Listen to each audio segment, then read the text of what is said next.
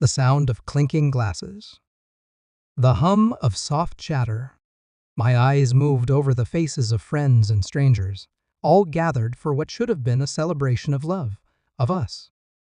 Instead, the air hung thick with an invisible tension, an energy I couldn't ignore. My wife, Emily, stood at the center of it all.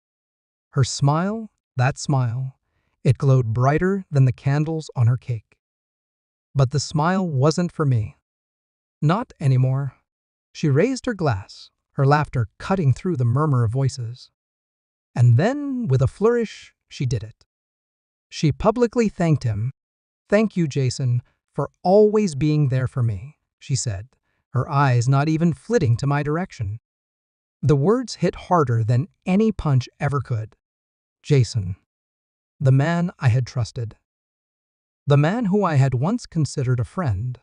My stomach twisted, but I didn't react.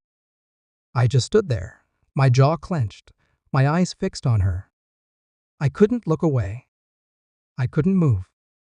And then, as if to add salt to the wound, she turned to me. Her voice was sweet, almost too sweet. "I have a little something for you, honey," Emily said, reaching into a bag at her side. She pulled out a branded t-shirt, its black fabric glinting under the harsh light of the room. It was adorned with a logo bold, unmistakable. A mocking statement in stark, cruel white letters. Divorced. I don't know what hurt more, the shirt or the laughter that followed. Her friends, those same people who had once congratulated us, now stared, giggling, whispering, as if the whole thing were a joke. I couldn't feel my legs. My chest tightened, my pulse quickening. I should have said something. I should have screamed. But no. I stayed silent. I stayed still. I had already made my decision. The game had changed, and I would play it on my terms. I didn't say a word. I didn't even flinch. I took the shirt from her hands. "I'll be right back," I told her, my voice devoid of emotion. My fingers clenched around the fabric, my grip steady. The crowd watched me leave the room. Outside, I stepped into the cool night air, the silence of the street, a sharp contrast to the noise inside. I didn't look back.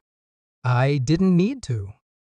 I knew exactly what had been going on, even before I walked out that door.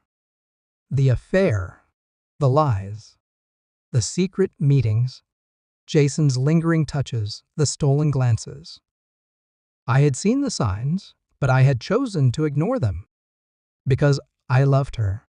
And love, for me, had always been about trust. But trust is fragile. I opened the trunk of my car. There, in the back seat, sat her gift, the one I had spent weeks preparing. The one she'd never appreciate. A limited edition bracelet from Paris, something rare. Something she would have loved. Before she traded it for the laughter of others. With a swift motion, I grabbed it and turned back toward the house. I didn't hesitate. 5 minutes later, I was back inside. I didn't need to say anything. I didn't need to explain myself. All eyes were on me as I walked back into the room, the t-shirt still clutched in my hand. "Emily," I said, my voice calm, my eyes cold. She turned, confused. The joy had already drained from her expression, replaced by uncertainty. I tossed the t-shirt on the table. The room fell silent. "I'm taking this," I said, holding up the bracelet.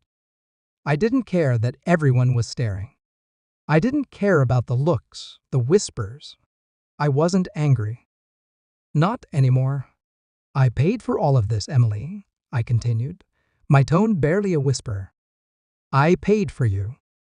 I paid for the illusion of us. But this isn't my life anymore. You can keep your jokes. Your new friend. I'm done." Her face drained of color. Her lips parted, but no words came out. She reached for me, but I stepped back, away from her touch. "Take your calls. Your apologies. I don't need them." As I turned to leave again, I heard the faint sound of her voice, desperate, pleading. But I didn't stop. I walked out the door without a second glance. I hadn't planned on this. Revenge wasn't something I'd thought about in detail, but now that I'd tasted the bitter reality of her betrayal, it came naturally. The next part was simple: remove the source of the problem. And that's exactly what I did. The first missed call came as soon as I got into my car. Then another. Then another. 5 minutes later, I glanced at the screen. 157 missed calls. A deluge of texts. Voicemails. But it was too late. Betrayal had a way of unraveling everything. The trust, the love, the facade. By the time I drove home, I had made my peace. Emily would never understand what I had done. She would never comprehend the depth of the wound she had inflicted. But I did. And I was no longer the man who stood by, silently watching. Revenge wasn't about rage. It wasn't about retaliation. It was about restoring balance, making sure the scale tipped in the right direction.